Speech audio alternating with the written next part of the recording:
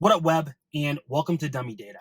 So this is a continuation of the first part where we basically um, pulled our Boston analyzed food data. And what I want to do now is I want to leverage Google's Place Search API. And what Google's Place Search API allows you to do is it allows you to run two different query searches, one being a nearby search request and the other being a text search request. Think of a nearby search request as I have a latitude, longitude. I want to find places nearby this. Or a text search request as, hey, I have a bunch of texts that I want to push to Google and give me a location that applies to this. So Google kind of walks you through how you would set these up. And ultimately, what you need is an API key, which is just a unique identifier that allows Google to know that it's you accessing this information, as well as some other fields and parameters.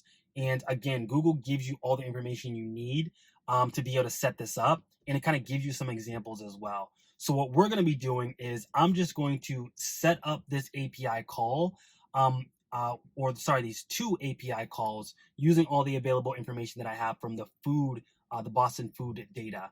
Push this up to Google and retrieve some placed attributes. And ultimately, the one important part is the place ID, because that's what's going to allow us to do a more detailed search request. So if I pop into Ultrix, with the Boston food dataset I built, I'm going to convert that into a macro input tool. Pulling down a select tool, I want to change the size of some of the fields so that I don't lose any data for longer strings. Then using the summarize tool, I'll just group by each field, summing my lat and lon fields, or latitude and longitude.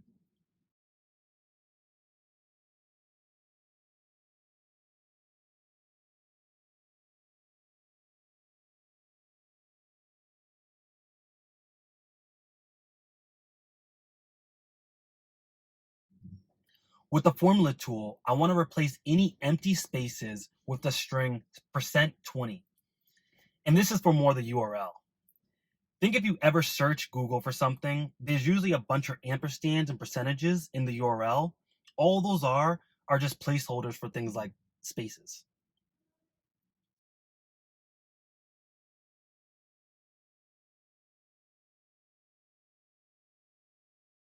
Then I'm going to just change some of the field types. So I'm going to set up two Google Place API calls. The first is going to be a nearby place search, which will use my latitude and longitude to search for a place with the keywords being business and address. The second is going to be a text search where I'll query off of business, address, city, type, state, and zip code. This would be for instances where latitude and longitude are 0. To set up the API call, I'm going to use a formula tool to replace the placeholders of key with my Google API key.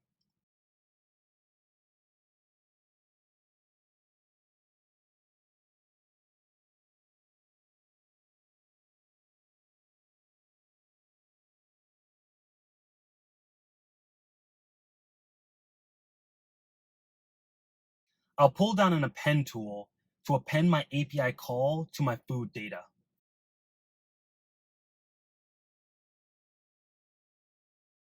Then I want to perform the same find and replace operation to input each field into my API call. With this, I'll do the same operation of replacing field names into the API call.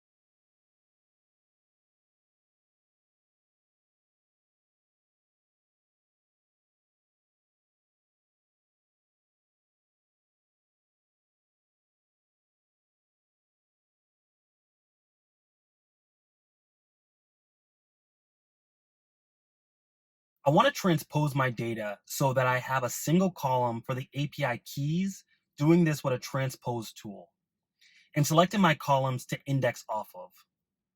For the rows that had 0 for lat and lon, I'll default to the second API call, or my text search. I'll use two filter tools to filter out the first API call where lat and lon are 0.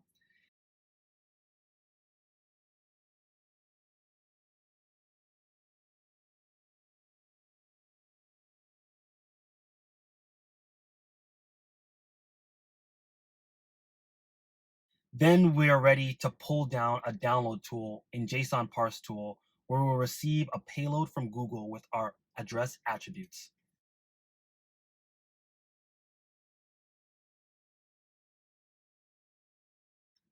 The last thing would be to just exclude 0 results and nulls.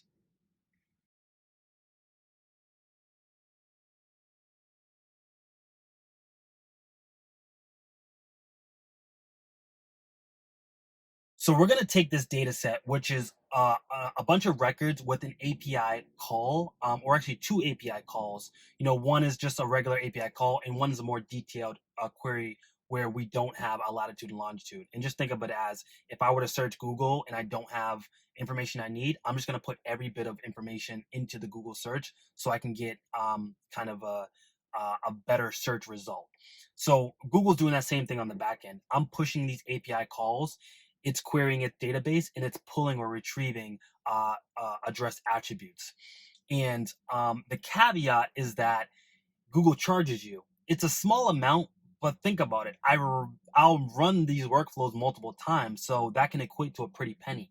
So just for presentation purposes, I'm not going to be running the workflows, but more or less showing the output and then talking through the rest of building out the workflow. But ultimately, what we're going to do is we're going to take this data set, we're going to push it to Google's API, and we're going to pull down an API data dump. So I'll take my data dump from Google's API payload and convert it to a macro input tool in another workflow.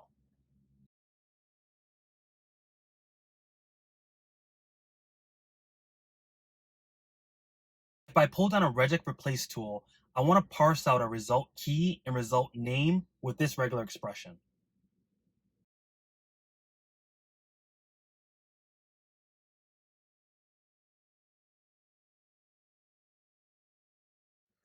Then I'll just simply exclude any nulls using a filter tool. I can then pivot the data using a transpose tool, where the JSON value field will be my data fields and the other columns will serve as my index. I'm going to use a regex tool to parse out the results from my name column and then just clean up any nulls with the formula tool.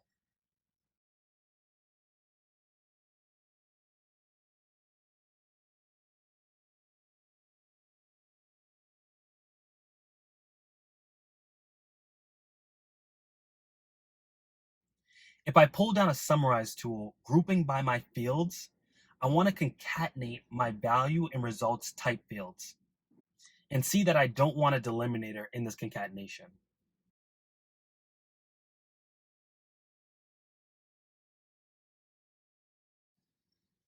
Then if I pull down a crosstab tool, I'll group by each index field and use my results name fields as my column header and value as my data field, taking the first occurrence. And this is ultimately what I want to see, where I have all my fields provided by Google's Places API.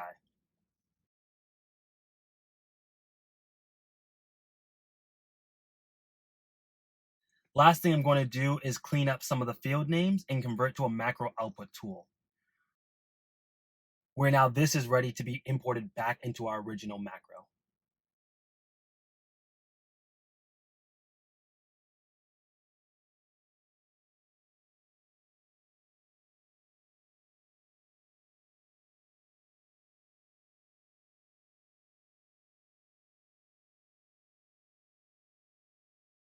Okay, and now we have what we want.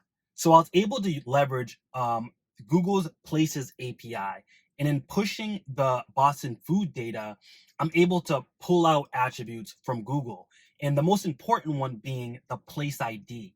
And think of the place ID as like a unique identifier. When I query Google in this next section for place details, it's going to allow me to query it with more precision because the place ID is specific to Google. So the details API call is going to give me, in lack of a better word, more details. But specifically, it's going to give me ratings and price level. And that's the information that I'm ultimately looking for. So I'm basically setting up this current workflow to pull Google's place ID, the unique identifier, as well as, total ratings and some other address attributes.